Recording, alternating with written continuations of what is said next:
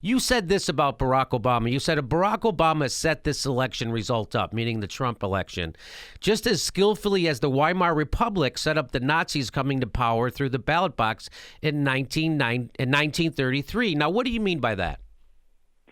Well, why did the Nazis come to power? And they did come to power in 1933 through a democratic process, through an election.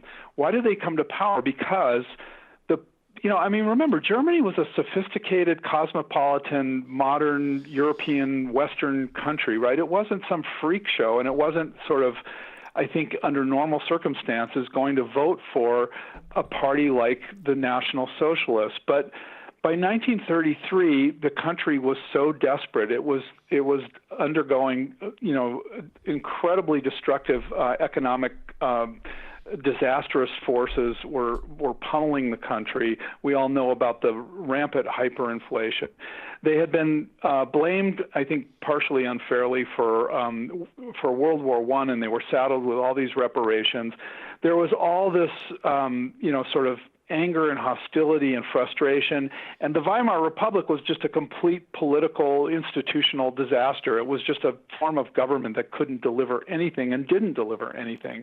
And that's my point. It's set up, you had people completely frustrated with a government completely unable to meet the most basic needs of the public.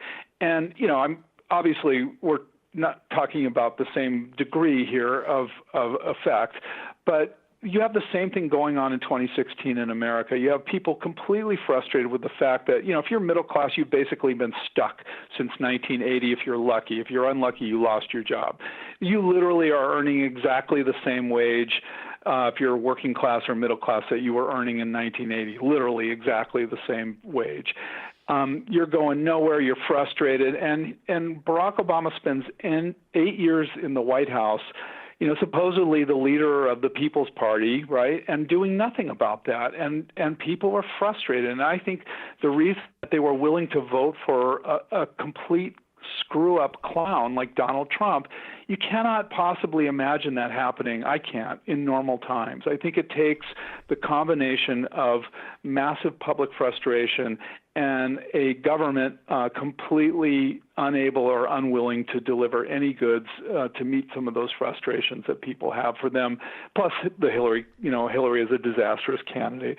For people to be willing to take that leap and say, this guy's a complete clown. He makes me sick to my stomach, but something's got to change. I think that's really the way to understand what happened. And so, I don't think Obama in any way at all set out to make Trump president, but I think that he failed so badly as president that he bears a lot of the blame for opening the door to something like Trump to walk through it. Now, a lot of people would give Barack Obama a pass because he would say that he was obstructed by a Republican Senate and a Republican Congress. But you make the case that responding to Americans' plight, no matter what obstacles got in his way, should have been his first, second, and third priorities for his first 2 years in office, which, remember, the Democrats had the majority in the House and the Senate during that time. They even had a filibuster-proof majority for several months during those 2 years. So they had complete control of government. And what did Barack Obama do? He did exactly what the Republicans would have done. They passed a right-wing health care plan. He did Bush's banking bailout. He did Bush's car auto bailout. He put Bush's defense secretary in his frickin' cabinet.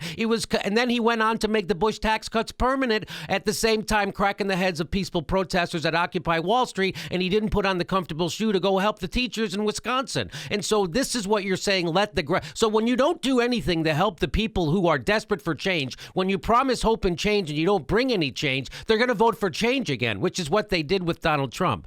I love how you said, Barack Obama should have presented a clear and comprehensive solution to the crisis in people's lives and pitched it relentlessly. We should have gotten sick of constantly seeing him fighting so hard for us. And that's kind of what Trump says. You're going to get so sick of winning. And that's kind of what you're saying that Barack Obama should have been saying is he should have been trumping or harping on the solutions to the problems that he was proposing for America over and over and over again, and he didn't. You go on to say he should have never skipped a waking hour in pointing out the true fact that his opponents to national recovery in the Republican Party were putting personal politics above the survival of the American people in the midst of a crisis. They should have been made to pay dearly for their cynical intransigence. And you go on and say, I mention all this in part because of the anger I feel towards this buffoon, meaning Barack Obama, this buffoon who wasted 8 years of opportunity and who crushed the hopes of tens of millions who believed in him. And I agree with that sentiment, by the way. I catch a lot of heat for accurately criticizing Barack Obama in the same way you did, and people don't realize that. We would have had basically the same government if Mitt Romney was president or if he was president. You refer to his presidency as the Seinfeld presidency. What do you mean by that? Well, I don't watch much TV, but as I remember, they used to joke on Seinfeld. People would say, well, what is this show about? And they would say, it's a show about nothing. And that's really how I view the Obama presidency. It was basically an 8-year caretaker presidency. And I make this point in the article. If you think about the great presidents in American history, and when I use the word great here, I mean most successful in terms of getting what they wanted. Okay, so we can disagree about whether those are good things, and many times I would disagree. Take George W. Bush or Ronald Reagan as an example of that. But the presidents who are successful at getting what they want are presidents who understand how to use the only really significant power that a president has outside of, being commander-in-chief of the military, and that's the bully pulpit. The American presidency is actually institutionally, compared to the chief executive in other democracies, it's a pretty weak position. And most presidents, after they're president, certainly will tell you, the only real power that I have is the power to persuade. You think about the great presidents, so I'm talking about FDR, I'm talking about Lyndon Johnson, again, using the word great to mean successful in their own terms. I'm talking about Reagan, I'm talking about W. What these people understood was the bully pulpit is everything, and what you have to do is just beat the hell out of that drum and incessantly make the case for what you think is an important policy change in America and rally the public around you. And that's the way to do it successfully. And Obama, absolutely. I mean, so I make the point in the article, if I asked you to what major themes are associated with any of those presidents I just mentioned, you could bat them right off. You could say, oh, yeah, FDR, well, saving the country from the Great Depression and fighting fascism, and Reagan, cutting taxes and fighting the Soviet Union, like that. But now try that with Obama. There's just nothing there. And that's what I meant about that Seinfeld crack. We don't associate him with anything for which he spent political capital. We don't associate him with anything for which he beat that drum. We don't associate him with anything for which he went to the mat. We don't associate him with anything for which he rallied the American public. Remember that fantastic email list they came into the White House with, all those troops in 2007, 2008 who were so excited? They had this army of people who would have gone to the mat, who would have gone and camped out, on the mall in Washington, demanding that Congress do this or that. And they never once used it for anything except, every once in a while, well, quite often actually, they'd send out a little email notice saying, send $5 to the, re-elect Democratic senators campaign committee or something. Yeah. That's all they ever did. They never mobilized that army because it was a presidency about nothing. He did nothing. And this is what I mean when I say, when you have a frustrated public, when you have people who are, crumbling under the weight of economic distress, and you're sitting there doing nothing for 8 years, at the end of those 8 years, people are going to be a hell of a lot more willing to vote for a scary monster like Donald Trump than they would be under normal conditions. I couldn't agree with you more, and people are missing that point. Because the left thinks that Barack Obama was a great president, that he tried to get done everything he could get done. Well, what the fuck did he want to get done? Nobody can tell me what he wanted to get done. What changes did he try to make? Did we get card check? We didn't get card check. What's that? That would have been the single thing that he could have done in his first 2 years when he had the majorities in Congress to help unions. Card check. That would really boost unions. He didn't do it. Why didn't he do it? Because that's not who he is. He's a Republican in Democrat clothing. And you end the article in a great way. You say, people want action and leadership from their president. They want passion and a narrative. And they want the issues that affect their lives to be addressed. If you don't give it to them, they will look further and further afield until they find it. I'm not sure there's a more succinct way to explain election 2016 than those last two sentences. So you would say lack of passion, lack of message from Barack Obama. I would agree with you 100%. Yeah, and Jimmy, you mentioned, in fairness, Obama faced intransigence from the opposite party more than any president, I think, possibly in history, certainly in my lifetime. And so in fairness, I don't want to discount that. But what FDR would have done with that would have worn it as a badge of honor and would have made them pay for it. He would have gone to the American public and say, look, I'm trying to bring you jobs, and these are the people standing in the way, and I'm proud of all the names that they're calling me because these are the enemy. This is the devil. You need to know it, and you need to let them know it. And that's what Obama consistently failed to do. Yeah, I do think that he faced incredible intransigence, but I think he was incredibly lacking in skill in order to do the jiu-jitsu move in order to turn that to his own benefit and to the benefit of working and middle-class Americans. So, are you saying it was just his political naivete, his political, that he didn't really know what he was doing and he was too inexperienced? Is that what you're saying?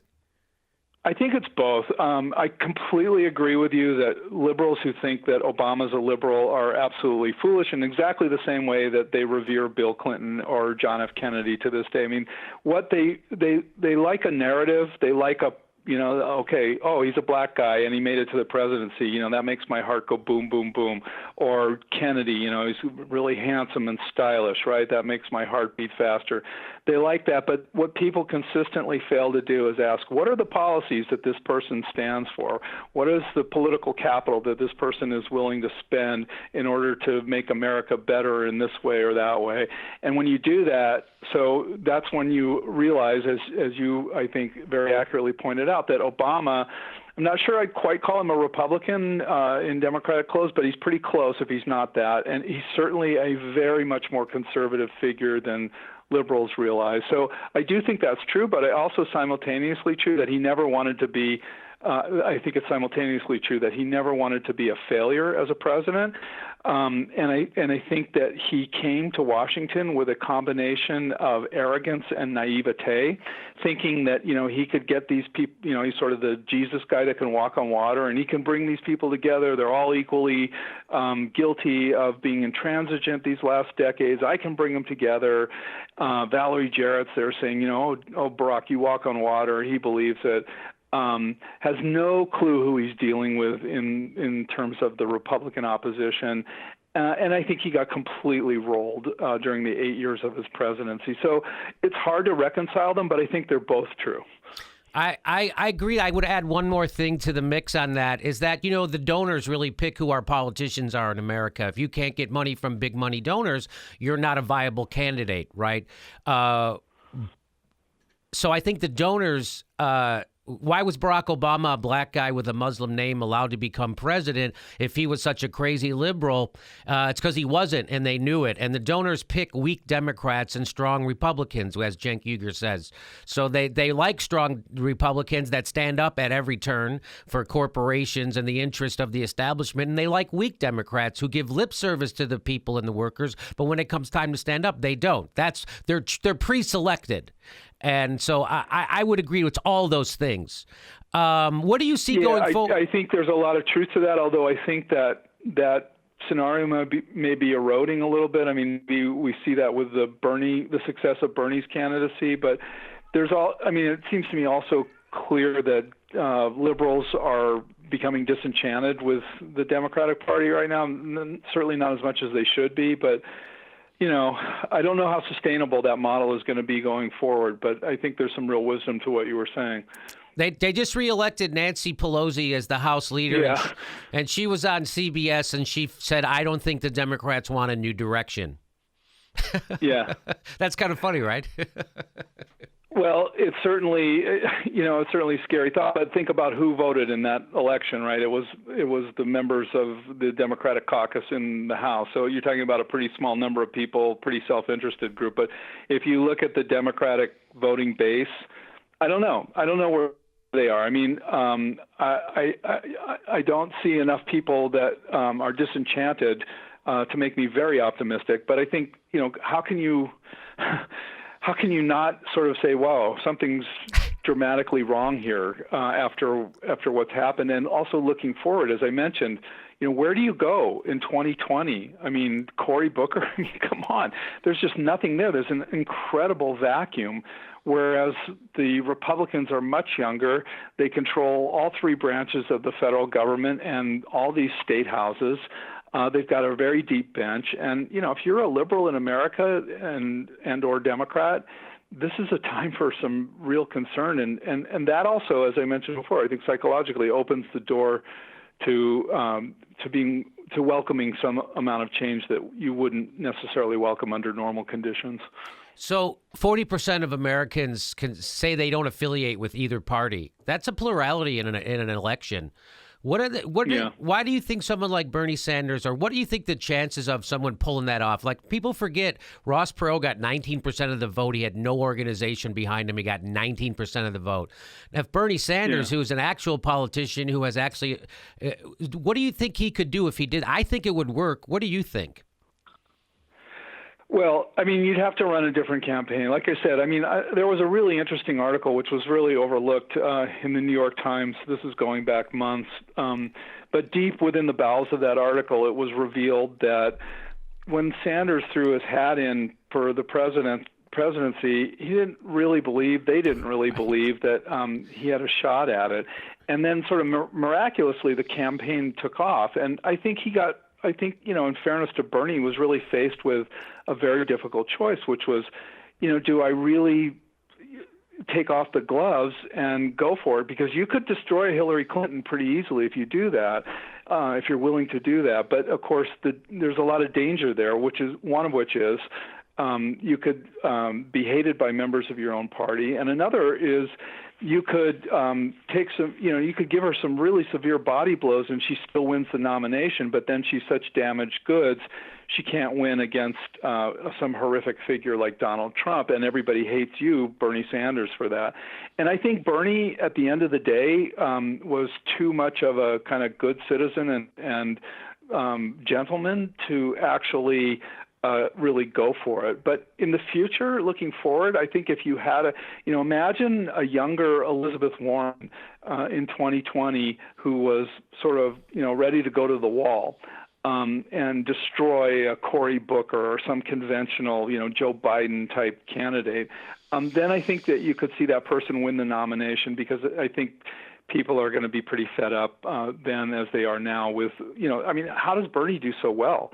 That to me is a massive indicator of where the base of the Democratic Party is and where much of the country is. And so if Bernie had been willing to pull the trigger, or imagine Bernie being Elizabeth Warren, maybe 20 years younger and 10 years more experienced, the dynamic could have been really different. But the way the circumstance just played out, there was, I think he was unwilling to do that, and so we wound up by default with the kind of, assumed heir apparent Hillary Clinton. But that may be very different in 2020. I don't know who that could be. I mean, Elizabeth Warren's a very attractive figure, maybe, depending on what she does in the next 4 years, but she's also, near 70 years old, and that's a problem. And so, it's just hard to see what happens. But what I think has to happen is the Democratic Party needs to be taken over in precisely the way that the Tea Party and sort of like-minded people took over the Republican Party. I don't really see a third party as the answer. I think you have to basically take over the Democratic Party, and if that can happen, then I have some hope for possibly winning some elections going forward from here. Okay, well, Professor David Michael Green, there's a link to his article right below. Everybody check it out. Thanks for taking time to spend with us. That was a great article. I hope you come back on the show soon. Anytime you want me, Jimmy. It was really a pleasure to talk with you, and I hope we can do it again. Okay, David, take care. Hey, we're doing another live Jimmy Dore show the day after Christmas, December 26th. We're doing a live Jimmy Dore show in Burbank, California. Come see it. There's a link for tickets right there.